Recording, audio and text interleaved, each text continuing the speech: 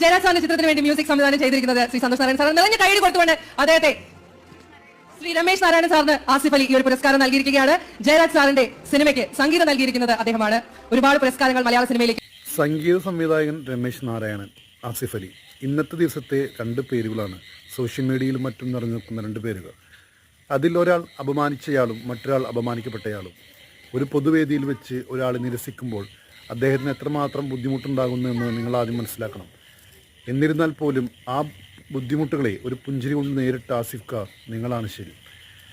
സംഗീതമെന്ന മഹാസാഗരത്തിൽ നിൽക്കുന്ന നിങ്ങളെപ്പോലുള്ള ആളുകൾ ഇത്രയും താഴരുത് എന്ന് ഓർമ്മിപ്പിക്കുകയാണ്.